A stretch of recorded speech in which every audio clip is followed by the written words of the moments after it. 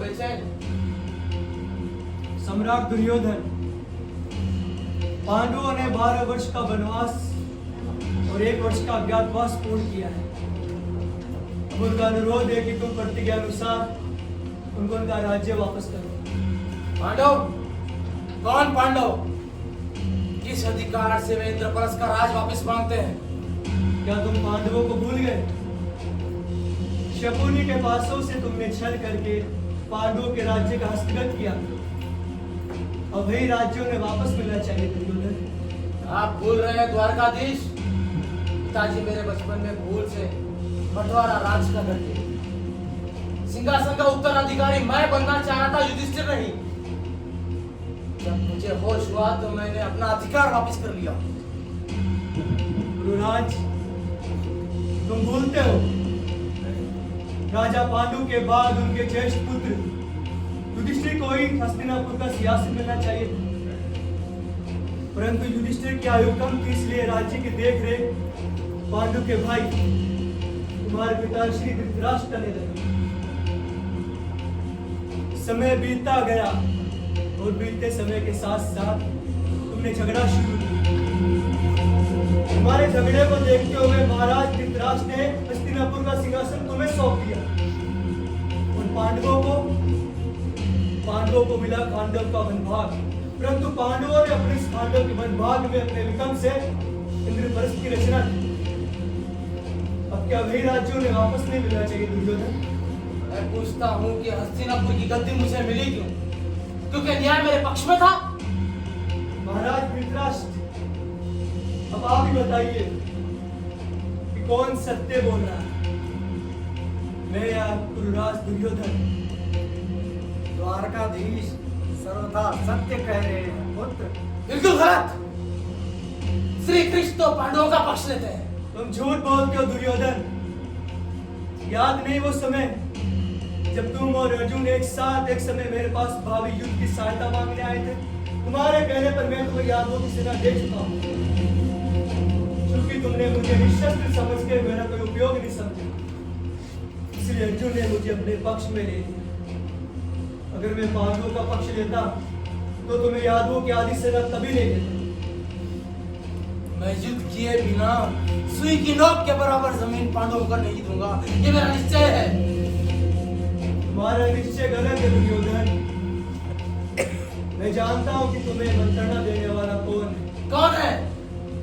शकुनी। परंतु तुम शकुनी को पहचान नहीं सके।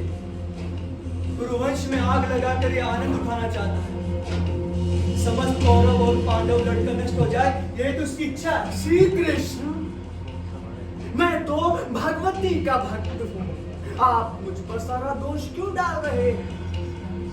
धर्मराज, सम्राट दुर्योधन, अगर आप कहें तो मैं आज ही गांधार देश लौट जाऊं। बिल्कुल नहीं। शकुनी, तुम कृष्ण की आंखों में धूल नहीं झोंक सकते। भगवती का नाम लेकर तुम दुर्योधन को धोखा दे सकते हो, परंतु कृष्ण को नहीं। मेरा अंतिम निर्णय है संग्राम। दुर्योधन, तुम अपनी मर्यादा पार कर रहे हो। आप अपनी मर्यादा पार कर रहे हैं। अगर मैं चाहूं तो अभी आपको बंदी बना सकता हूं। दुर्योधन!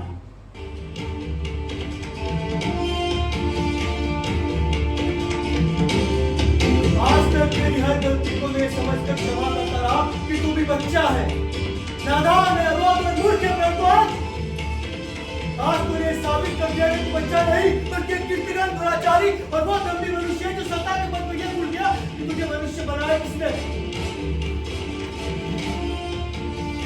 तूने मुझे नहीं जाना दुर्योधन, तूने कृष्ण को नहीं पहचाना, परंतु आज अपनी आंखें खोल और मुझे पहचान। मैं कृष्ण हूँ जो बनाता है और मिटाता है। मैं ही विजय का मूलभूत आधार हूँ। मैं वो हूँ जिसके प्रेम को पूरा संसार तरसता है और इसका आक्रोश पूरी दरबार से समस्त ब्रह्मांड कांपता है। मैं ही मृत्यु हूँ, मैं ही जीवन हूँ, मैं ही अनादि हूँ, इसलिए मैं था, मैं हूँ और मैं सदैव रहूंगा। परंतु याद रख दुर्योधन, मैं सदैव तेरे मूल का कारण बनूंगा।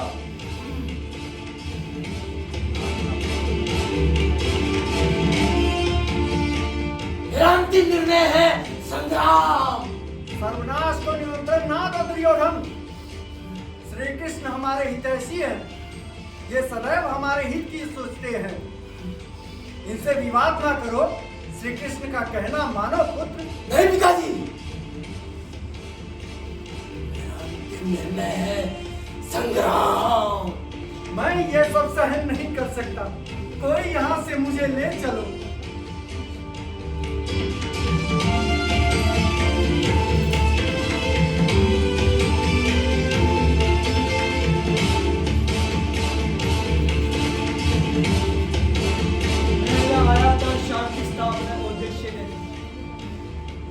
जाता हूं युद्ध का निमंत्रण ले।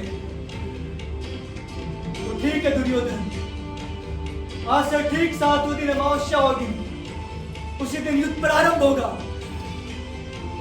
स्वीकार है। अमावस के दिन कुरुक्षेत्र के विशाल मैदान में कौरव पांडव का ऐतिहासिक युद्ध प्रारंभ होगा। अब रणभूमि में ही भेंट होगी।